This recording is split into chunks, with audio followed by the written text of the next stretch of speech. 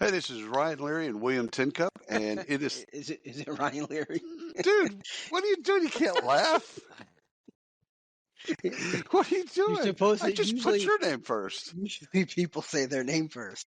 Yeah. Okay, this is William Tincup. Look at this, Ryan They Leary. can see the two people.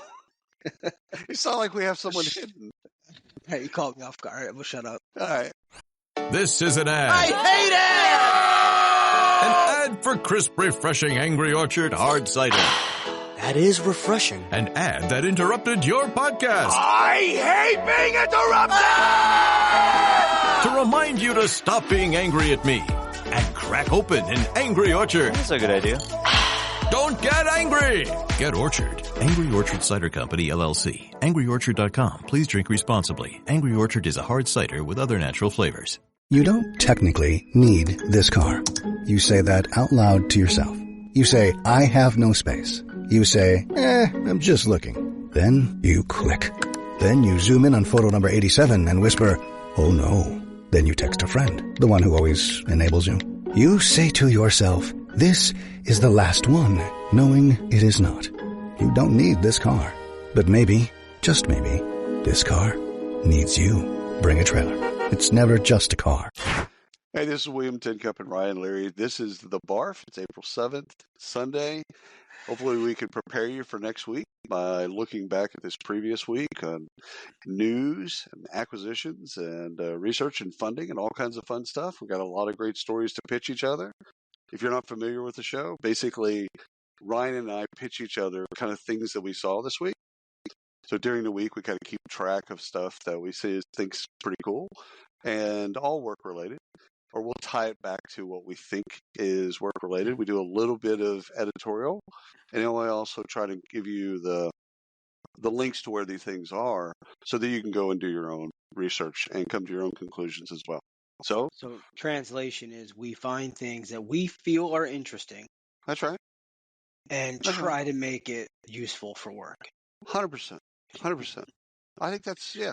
We should just drop that in ChatGPT and see if they can shorten that down to like 4 words. See what it says. So a funny story real quick. I know you always mention John Oliver with this, right? It's our John Oliver show. I've seen him a few times here and there. Right. But I saw I guess he did a show on gig workers. Part of his thing was on gig workers, and somebody had brought up and said, you need to listen to this, because they were arguing that DoorDash is bad, all this stuff. He uses a laugh track. Yeah.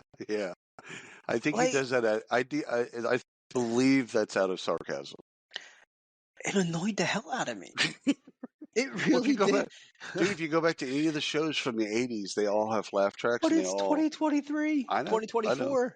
I think it's ironic. Maybe that's the bit. It's maybe not sarcasm. Maybe it's more on irony. I couldn't get through it. All I could hear is ha ha ha ha. Hold on, actually, I think we have one here. Yeah, it's basically what it sounded like.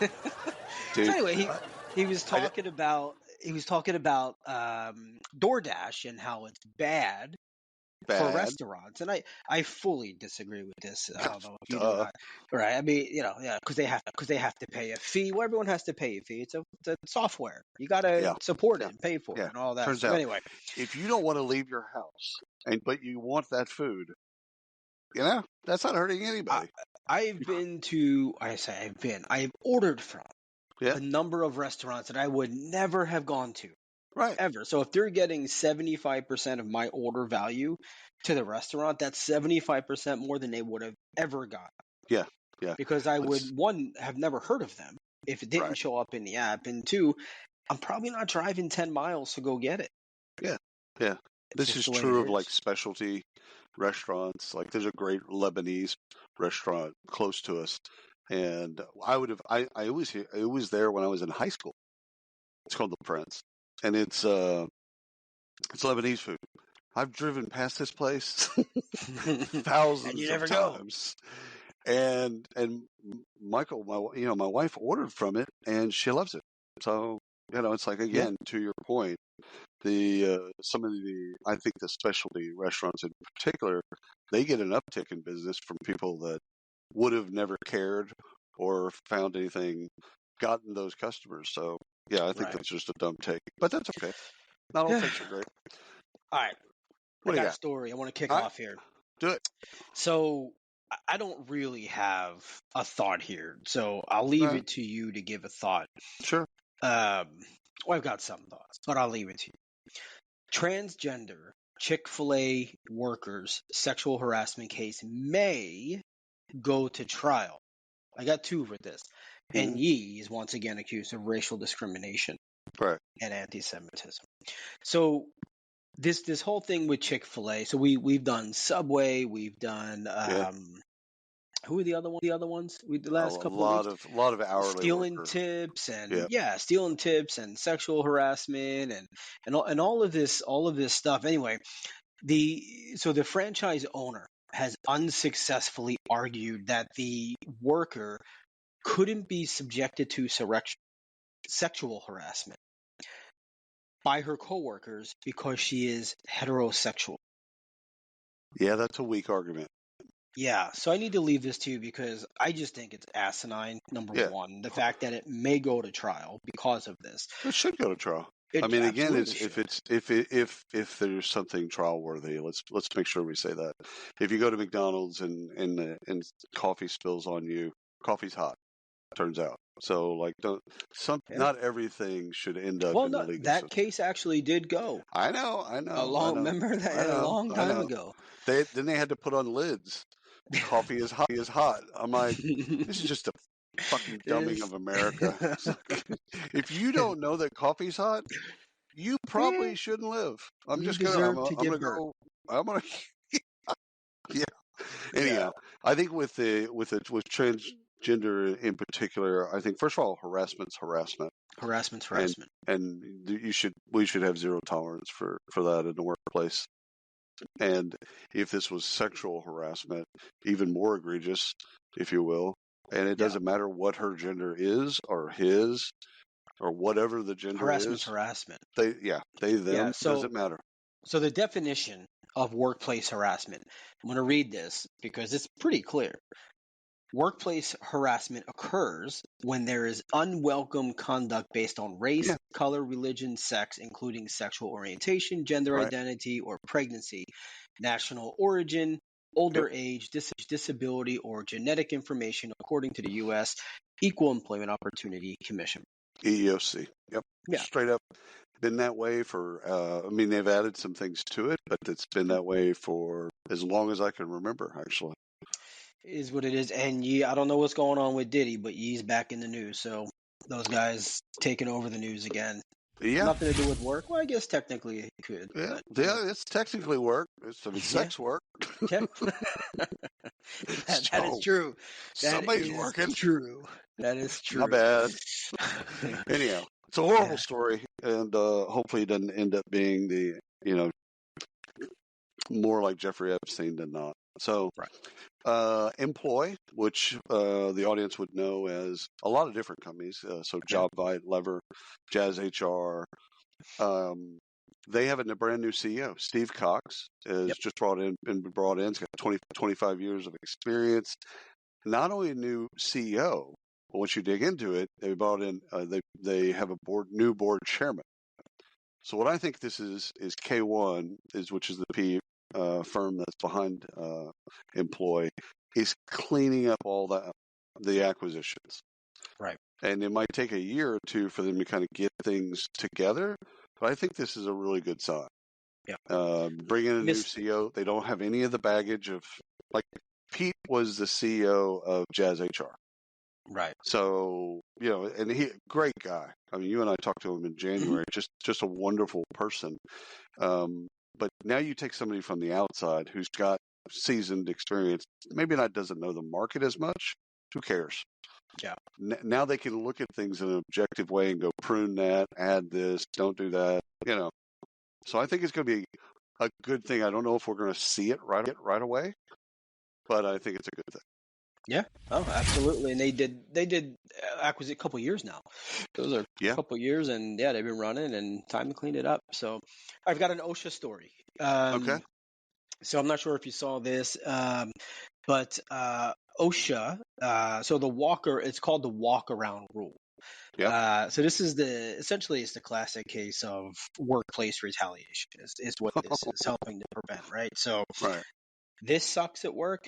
Okay, you're not getting promoted, right? Right. You give a tip, you blow the whistle, you get smacked somehow, some way, or at least the fear of retaliation, right? So I think this is what this is. This is a classic case of workplace retaliation and helping to prevent that on job sites. And so we just spoke with what's his name?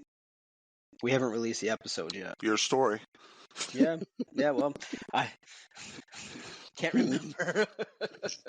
So anyway, we spoke This to will a definitely gentleman. be edited out. No, I'll leave it in. Okay. I'll leave it. All right. No, Sure. we were speaking about workplace safety, right? So anyhow, this is they're now employees. You're making me crazy here.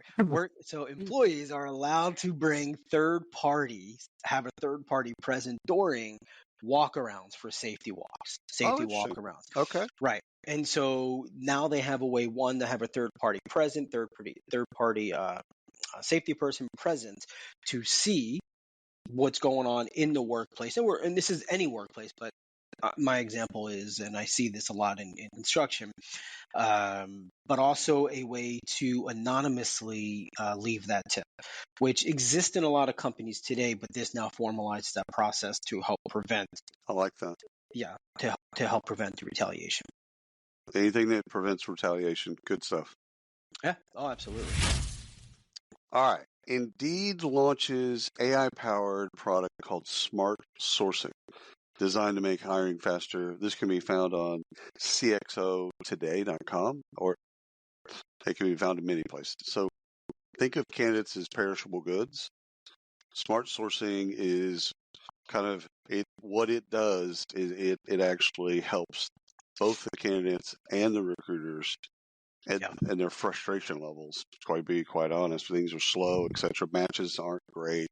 Anyhow, we've tested it out. It's fast, it's accurate. Great move for Indeed, and great move for those two groups of people.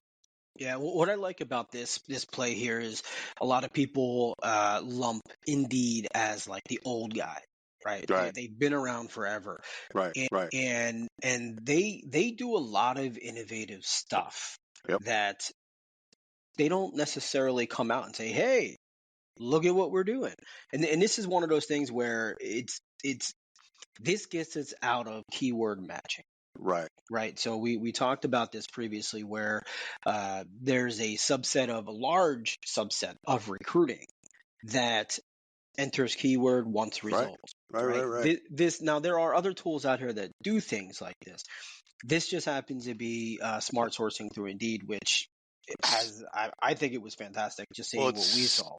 Sitting on 300 million plus profiles. That's a lot of data. Yes, so that's a lot of data. So you can matching get and pulling and learning all of that. Absolutely. I think it's a win. I think it's something to certainly look out for. All right. Oh, go ahead. You got another one? You want to go for another? I want to go for a couple of them. All right. So this is a that first of all, you don't want to hear my voice. No. Let me just go for a couple. Yeah. I'll just kind of read my entire sheet. So this is a word that I wasn't familiar with. Femtech, not Femtech. So the article is on Crunchbase, and it's the next frontier of Femtech, which focuses on women's health and wellness. And then I started kind of like, well, what's the population of women in America? It's 50.51. So let's just say 50, right? Mm-hmm. Or you can round it up to 51 if you want. So why I think this is important for us to think about is we're going to start seeing more wellness programs designed by women for women, which I think is really, really cool. And so Femtech, get familiar with the term, and also start to look for those plays that are going to be coming to you in the form of wellness. Yeah, this is interesting. I like, so younger Ryan would say, why can't it just be wellness? Right? Yeah. So turns out. Yeah. older, experienced Ryan says, I'm okay with different groups of people. 100%. And now that I think it's okay, it's okay. Like, I get that, Yeah. right? It's accepted now. Different groups, it's okay for different groups of people to have different programs to help better that particular class or group of people. 100%. And it's something that younger me, like I said, I mean, I was kind of like, well, why? Why do women need this? Or why do Jews need this? Or why do whites need this? Or blacks need So this? I'll give you two examples that we both of us probably at 18 wouldn't have even considered. Women are disproportionately impacted by insurance. Like their insurance costs more, which again is arguable as to why. But also the female biology is more complex than the male biology. Right. So, I mean, these are just facts. So, like, I think when you think of Femtech, that, again, female founders creating technology for female customers, I just think it's a good thing. I think it helps everybody in the workforce. No, absolutely. All right. ChatGPT. Yeah, I know it's overplayed at this point, but ChatGPT, so use is up, okay? Yep. And essentially for those that are under the age of 30. So this is part of this is some of my AI assistant. Everyone's going to have an AI assistant theory that I bring up, kind of like my 4-day work week that we're never going to do. I think this supports that. And so I like the story. So on the surface, okay, this is just another goofy, cheesy ChatGPT, buzzword-worthy story, right? Like, hey, we're using ChatGPT. But what's happening here is that, and I'll drop the link in. I forgot where I found this. It's one of these stories, HR Dive maybe. Anyhow, 31% of those that are between 18 and 29 years old said that they've used ChatGPT in the last month in last 30 work days. for work-related tasks to help them complete a work-related task. So I think we talk about this all the time. And I know sometimes stories can be stretched to fit certain things, but I think this is really starting to show, and we know this, but I think it's starting to show that the workplace is fundamentally changing.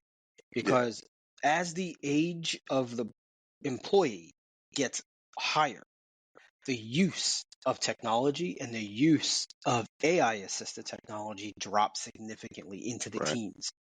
And so I think what this is showing us is that the workplace is changing, the technology in the workplace is changing, and you're going to have to jump on this wagon here to support your employees, especially your younger employees that are now growing up in your company.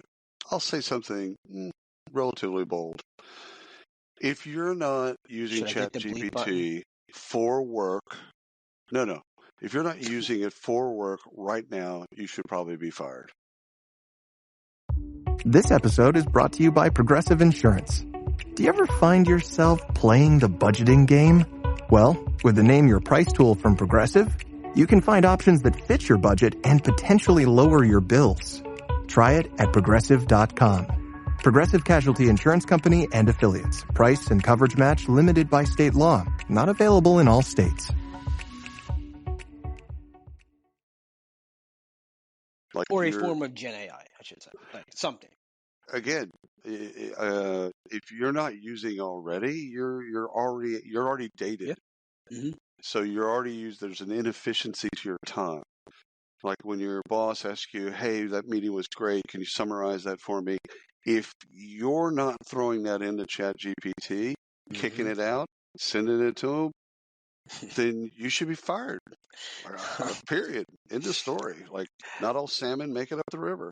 Yeah. How far in the way? We're about 20 minutes in. Okay, so I can tell this story because I know my wife won't listen this far if she listens at all. So that's a great start. Swim team board. We sit on the swim team board, right? Right. We have board meetings. She's the secretary and has the notes. Right. She sits there and reads the notes. Oh. This episode is brought to you by LifeLock. When you visit the doctor, you probably hand over your insurance, your ID, and contact details. It's just one of the many places that has your personal info. And if any of them accidentally expose it, you could be at risk for identity theft. LifeLock monitors millions of data points a second. If you become a victim, they'll fix it, guaranteed, or your money back. Save up to 40% your first year at lifelock.com/podcast. Terms apply. And summarizes the notes and does the notes and then types them in. So, like, will you give me the goddamn notes? Stick them in. Like, we use Zoom. We're on Zoom for the call, right? So use a Zoom AI, use Fathom or Firefly, something. Stop spending 3 hours, literally 3 hours, going through the notes and trying to remember this, and just use the system. Use the tech to get it done. Done. I don't know. All right. I'm jumping ahead, but I've got an acquisition to run through. So CareerArc acquires a recruitment video platform, Lumina. Yep. So not to be confused with Lumina, my webcam technology, but Lumina, the video company. So I love the people at CareerArc. I love when companies acquire other companies or integrate other companies and tech into their current tech to make it better. I'm not sure on this. I think it's going to be good for them. Let me just. It's going to be good. Yes. Okay. Said, stated, done, all that good stuff. Right. But why just now? Video. I don't think video, and I know I'll get hate for this, I don't think video is the now like it was in 2015. I'm going to disagree with you. The acquisition gets you customers of Lumina. They're all bringing of that over, is good, yes. They're bringing over the CEO from Lumina to run CareerArc. Correct. Ding. Yep. So talent. B, or subpart C, is CareerArc is pretty well known as social recruiting, but they're not known for video recruiting. And what this does is it opens them up and their customers up to do recruiting via video, YouTube Shorts, Instagram Reels, TikTok, etc. So it just adds a couple more arrows to the quiver. Great acquisition. Yes. So yes to all of that, and I agree. But what's next? Why? I feel like video is just. They're not thinking about what's next. They're thinking about what can they do to expand the footprint in their customer base right now. Right. And they didn't grow up through the lens of video. They grew up with Twitter and Facebook, LinkedIn, kind of the usual suspects. That was their thing. Yeah. Mm-hmm. Yeah. Yep. No. All right. 2 news stories. Let me pitch you on the economic cost of the Baltimore Bridge collapse. How many jobs do you think were impacted by that bridge? Impacted how? Like not being able to get to work and things like that? Yep. All those things. I'm going to say 30,000. It'd be 140,000 jobs that are impacted. 140,000 jobs. So 140,000 jobs, it impacted those folks. You can find this on brookings.edu, and you can kind of get into the entire thing and how they justify their math. But it really made me think about when disasters happen, how often do we think of the impacts of jobs lost? Like we think about, the houses and the buildings and the stuff like that, but I don't know if I've ever thought about when a hurricane hits, like Hurricane Harvey hit Galveston and Houston. I don't think at any point during that I think of, I wonder how many jobs it's going to impact. So I think what I want for the audience, I want you to think about, it's an El Nino year. We're about to start hurricane season. Yep. Start thinking about those things and just add that to how you think about them. And so that's the bit. Just think about how they did it with Baltimore Bridge. Great, fantastic. That wasn't a natural disaster, as we all know. Right. But disasters happen. Now let's start thinking about not just the economic impact, but the jobs impact. So yeah, that's interesting. 140,000. 140K. That's a lot of people. A lot. Yeah, That's yeah. It's a a lot of lot people. of travel, a lot of people moving on that bridge. Yeah, Yep. no, absolutely. All right. The different story, but similar, sort of. The on the economy, the direct path of the eclipse. Did you So see the it's over. economic? Yes, I didn't see the numbers, but it goes over us. It goes over Dallas, Okay, yeah. So it's close. Well, I think we're gonna get like 90%. so we don't have to travel to see it. No, it's a little over $1 billion in economic value between, all those in that area, things, restaurants selling, rentals, all of that stuff. Airbnb is completely sold out the entire stretch. Yeah. So So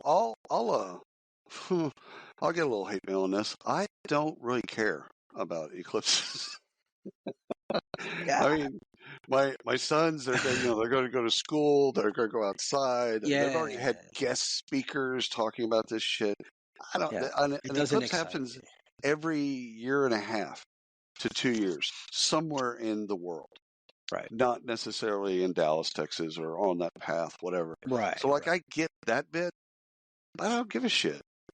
Like, I just Yeah, don't care about the eclipse. Like, okay, it happens. Yeah, doesn't and excite me. it No, does. it Dude, it's like doesn't watching excite paint me. dry. I mean, I've done this Yeah. bit before. I remember when I did it when I was younger. I'm like, okay, the moon, and Yeah, yeah. then Well, the last one was a couple years ago. We're out there yeah, with the glasses, and we're like, it's almost there, yeah. It's and we're one and a just, half minutes that I'd rather have back in my life. yeah, yeah. So, Uh, all right, let me give you anyway, another news story real quick.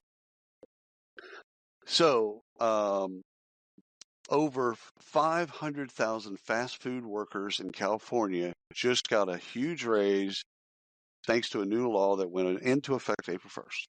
And that is $20 minimum wage. what? Yeah, $20 minimum that's right, wage. baby. And Well, where is this at?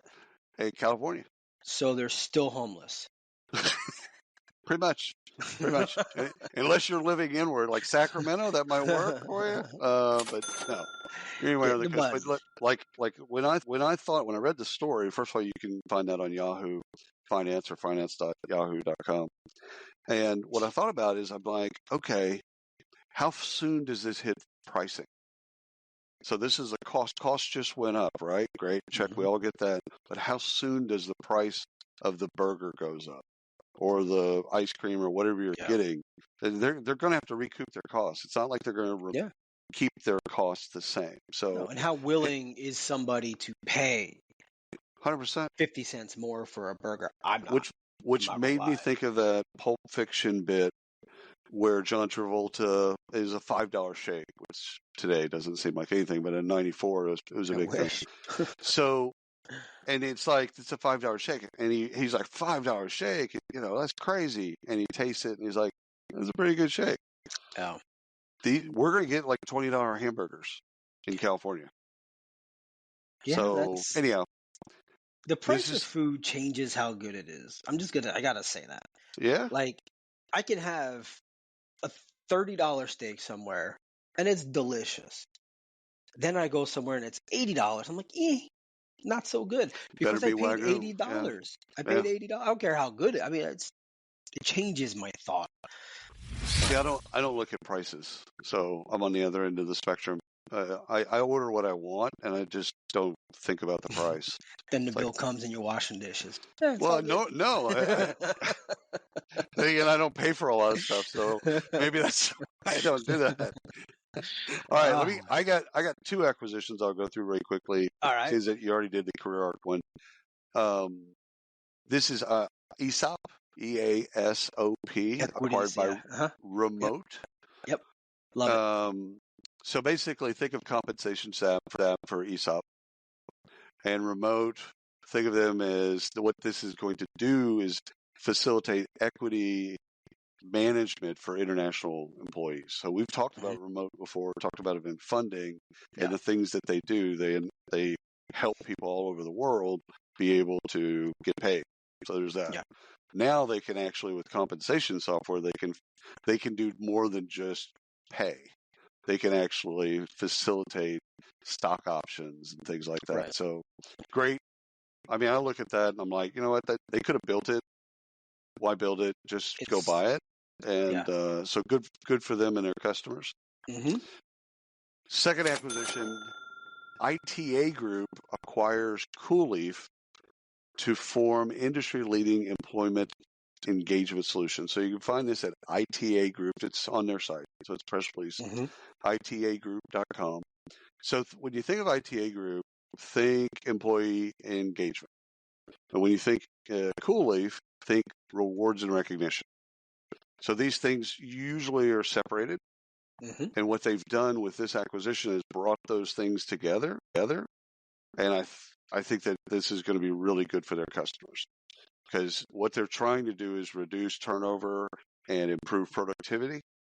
Now you've got it one place. So you remember last year we talked about how practitioners want less tech. Yeah.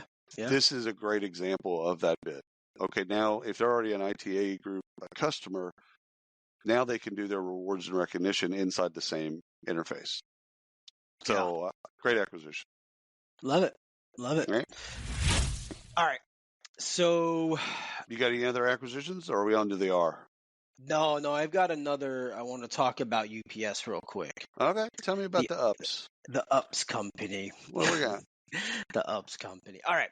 So they are having their largest layoff in their entire 116-year existence. Okay. So this is interesting to me because we're not just talking layoffs here. So over the last, I guess it was 30, whatever it was, 4,000 people lost their jobs directly related to the adoption of AI in the workplace. Really?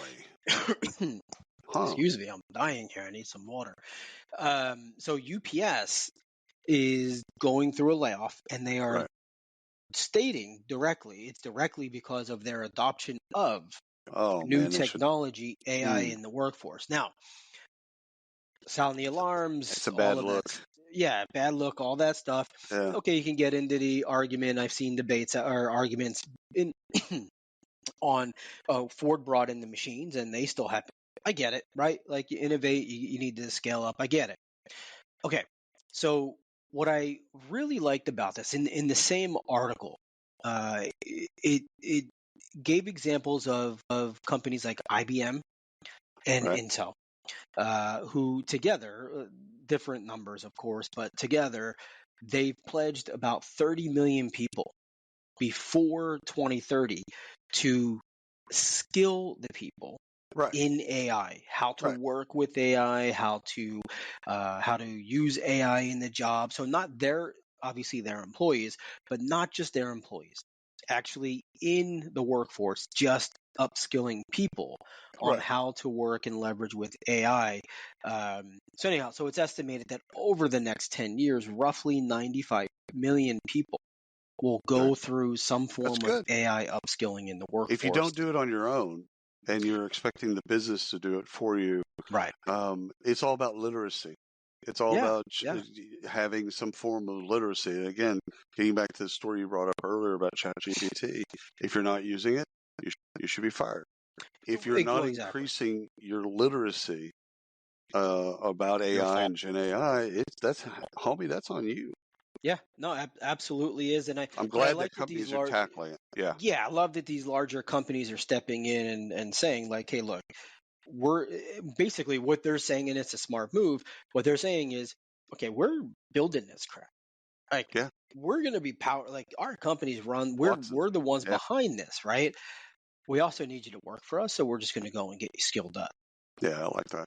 All right, I got three research, 3 R's for you, and I'm going to go through them really quickly. WorkTech, which is our friend George LaRock, just did a Q1 report on the amount of funding that was in just those 3 months, and it was over $1 billion. Ooh. Now, so you can go to worktech.com, and then you can sign in and get the report and all that stuff. Nobody gave us money. No. The key is, for as you listen to this, the key is follow the money. That's why investments, that's why we talk so much about funding and acquisitions and things like that, because as a practitioner, you might not care, but you should care, because where people are making investments, it'll end up impacting you. Right. Maybe months, maybe years, but it's a leading indicator. So that's that. You got any commentary on that? Or are we good? No, that's a lot of money. I'm going to have to go look at it and That's follow $1 billion, the money baby. and see where it's at, yeah. So second thing, this is from livecareer.com. This is a report, Fears and Remote Work. At first when I read it, I thought fear of remote work. No, it's fears and remote work. 4,000 respondents. So pretty good size of data pool. Let me read you 2 points from it. 43% of workers say that they're more afraid of working in an office full-time than losing their romantic relationship or getting divorced. Wait, hold on. Rewind that. So 43%. Yeah. Of working in an office. Yeah. I have a fear of waking up, but I don't sleep all goddamn day. 43% of workers say they are more afraid of working in an office full-time than losing a romantic relationship or getting divorced. So either they have shitty relationships and they just don't care. They don't care, or this is a legit 43%, man. That's a big number out of 4,000. How do you fear working in an office? Dude, either. Are you sure you read the title right? I swear to God. I had to go back and read it like 5 times because, yes, it's at livecareer.com. Fantastic. Go look at it because they have other ones too. I'll read the next one because I just think it's funny. 53% fear the prospect of full-time office work more than climate change. Wait, so this is a separate report? No, this is back to Live Career. This is I was going to get to data points. So people care about climate change. Check. That 53% of people fear more of full-time office work than they do climate change. Huh. Right? So let that, again, go and download the report. The reason we do this is to find these things so that you can go and do your own analysis. But we want you to go and do this. Now, Ryan, this is the next story. So hit the button. I'm still trying. My head still hurts from the last one. So if I were to say cyber loafing, what would you say? Yeah. That's what I would probably You got nothing? I got nothing. So ScienceDirect.com has a report. It's actually a study. It's an academic study. The effects of sanctions and stigmas on cyber loafing. So this is basically hybrid, remote, or at work. So they don't bifurcate. But they do bifurcate in terms of the things you do online. Viewing pornography, managing finances, and shopping at work were rated as abusive. Emailing and social networking at work were rated as non-abusive. So again, like what you do when it's work, again, whether or not you're remote, hybrid, or at the office, great. The study, you're not doing work, so you're doing something else on your phone, on your device, whatever. You're cyber loafing. I gotta say that word more times than once. You are cyber loafing. I feel like this is the section where we build T-shirts. We create T-shirts. Sell them. Are you a cyber loafer? Great. So the thing is the study itself then bifurcates all the different things that you could do to cyber loaf, and then makes the determination of which ones are more egregious than the others, which I find fascinating. But go look at the study, and I think we're going to hear cyber loafing more often. Well, we will now. Yeah. I just want to get into your browser search bar, and I want to see how you're finding this stuff. I don't know that I actually want to. No, you don't. Seriously, don't ask. You don't want to see how the sausage is made. That's about. All right. So I was reading this thing the other day on employment law, which is certainly not my favorite thing to read. It's becoming. You're starting to become an expert here. It's becoming interesting. Yeah, the more I read, the more I'm like, oh, what have I been missing all my life? It's like reading Harry Potter, which I never read. So, all right. Did you know this? Well, you're going to say yes. So I'll just say yes, you do. 88% of disputes are considered settled before a trial is needed in the workplace. Oh, 100%. Shit, I'm shocked that number is not higher. Yeah. So companies don't want that shit to see the light of day. Right. So this is kind of like companies saying, you know what? We know you're full of shit, but we'll write a $2 million check. We're just going to get rid of this. Right. That's exactly what's happening. Think of the math that's really being done behind that. So $2 million in customer retention or the lack of acquisition, etc., morale, like all of that stuff. Or, Billy gets a $2 million check and it gets an NDA and it's gone. Yeah. So I think the 12% on that 88 is the ones where they think, A, it's not going to damage us, B, we can win the case. Right, and it's just let's go and get it done. So in this report, there are 10. I'm not going to go through all 10, but there are 10 trends that came out on top in this survey to watch. The top 4, which I think are pretty common sense to us: discrimination and harassment. Yeah, shocking. Pay issues. Okay, so pay equity trends. Wage, hourly disputes, wage for hourly wage, employee classifications. That was interesting for me. So 37% said that employee classifications were likely to bring litigation risk. And so this is specifically tied to gig workers and freelancers. How do we classify them in the employee population? And then disability accommodations, which I thought would be higher.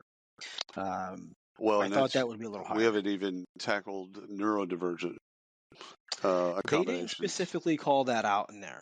That number will hit the list. Yeah. And they might throw it under disability, but that's incorrectly placed. But that tracks for me. Yeah. I got 7 funding. This has been a heavy week in funding. 7 funding sources. Do you have some in funding? I do. I have a couple funding. Yeah. Okay. You want me to rattle through a couple? Yeah. Why don't you just rattle through, because you probably got the same, and I'll give you my love on them. All right. Homebase raises $60 million. Series D to fuel innovation. You can find out on Piro Newswire. So they already currently have over 100,000 small businesses, and this software helps them manage their hourly team. And you and I don't see a lot of tech that's targeted directly at the SMB level. So I love that. I think it's good for them and their customers, good for Homebase. It's hard to raise money, but that's the bit. Yep. All right. Sesco, S-E-S-O, inks $20 million to address U.S. farm labor shortages. This was at impactalpha.com, so you can go find it there. And when I read that, I thought to myself, when was the last time I thought about farm labor or farm talent? Right? So when was the last time? Or ever? I did when I started to do my taxes, because it asked about non-farm wage. But that was it. Other than that, right? Other than that, but think about, like, right now we're in kind of an anti-immigration kind of climate. Yeah. I don't really care about your politics, but it's one of those deals. Yeah. Okay. Someone's got to pick the fucking tomatoes. Yeah. Right? So this is why I think that this is so fascinating. This is a company that's actually trying to fix that and help bring talent to that particular market. So good for them. All right. This one goes Modal, M-O-D-A-L, raises $25 million to train corporate workers on data and AI. This is the story that you talked about of like literacy. And this is at TechCrunch, so you can just go look up Modal on TechCrunch. But what's fascinating is it's learning plus data, or learning about data, it equals literacy. What I found the most fascinating about this is the two co-founders were ex-Udemy executives, the president and the CEO. So the president and the CEO went off, and now they created Modal to train people on data and AI. And so they know how to do learning. Like that's done.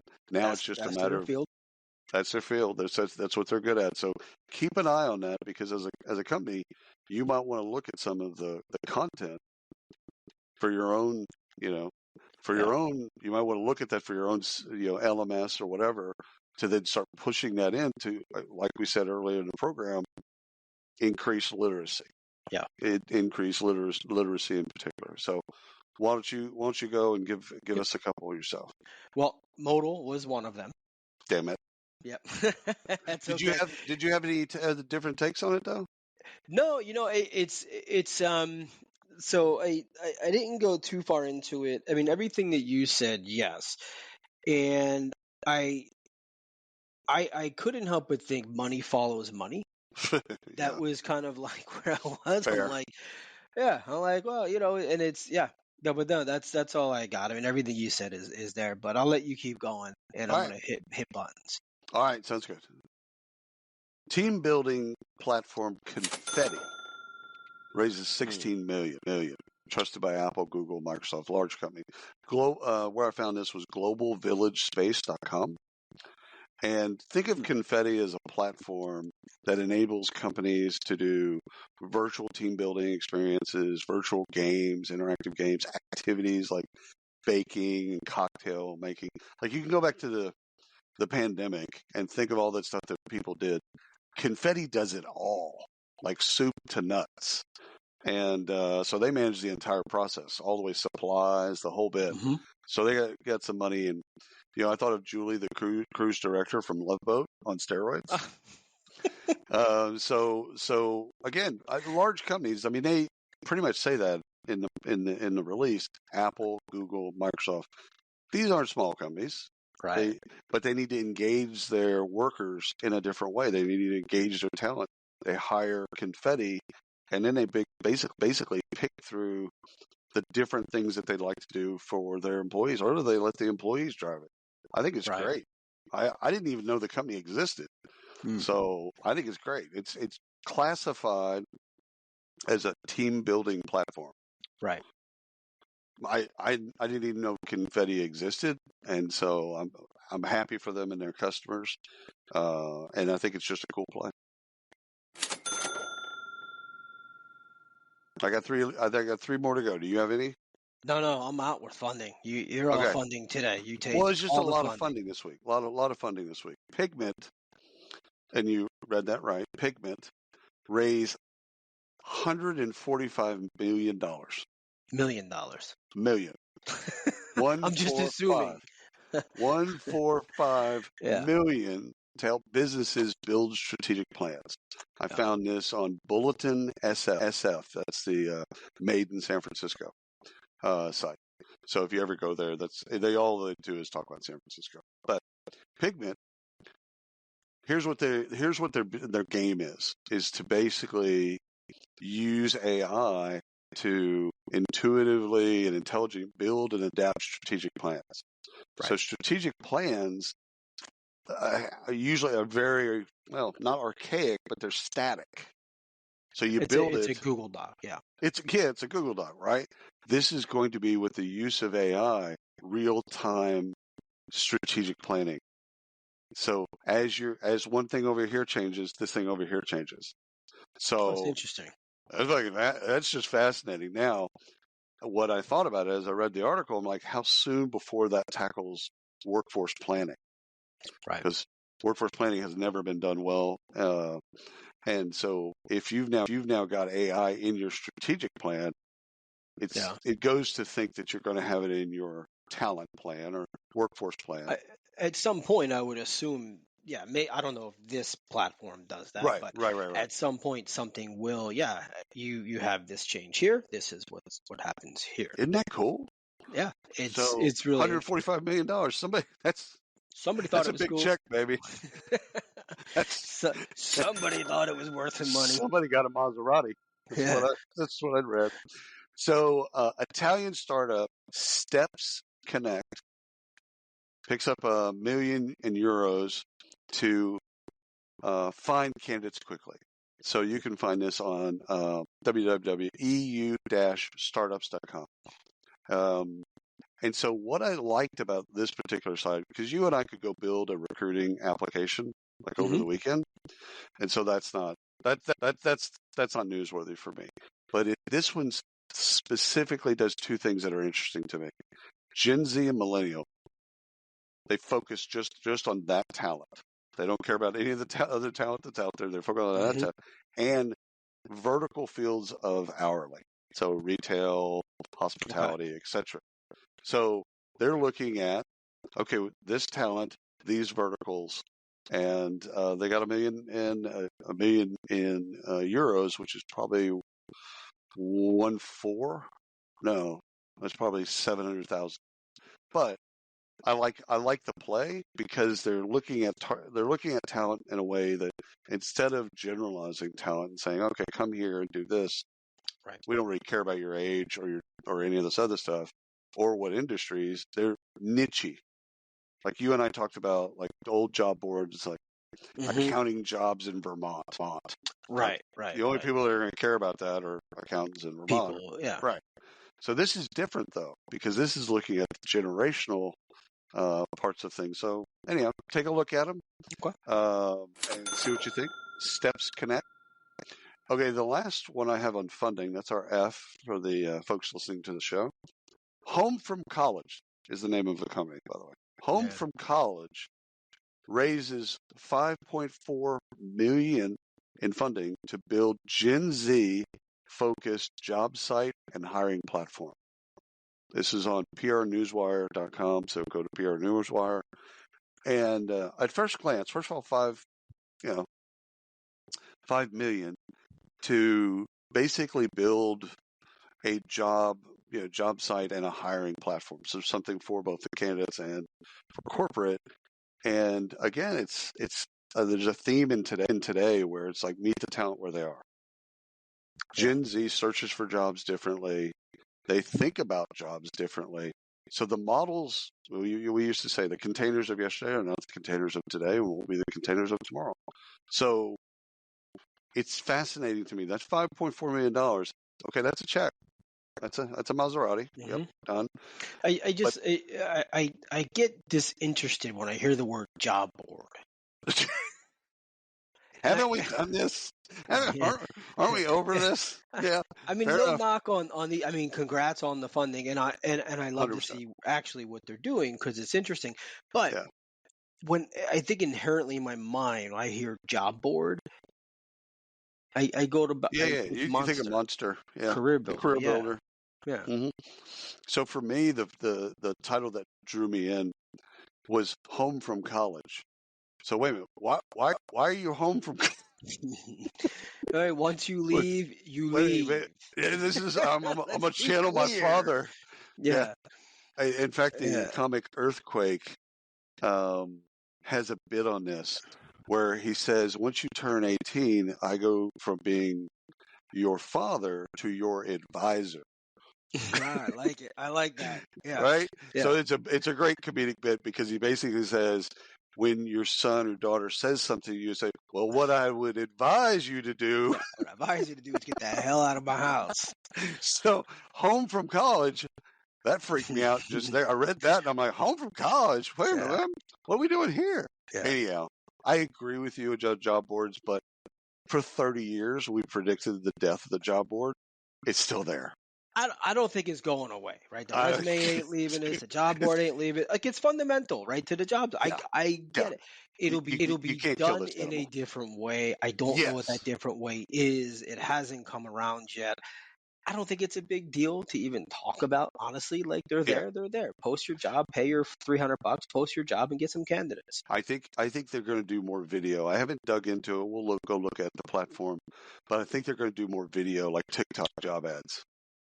Yeah, like that type of stuff. That makes sense to me, but it's meeting the talent where they are. However you do that, however you leverage that. Yeah, that's the key. That's the key. And make it simple. Please, for the love of God, make it simple to apply.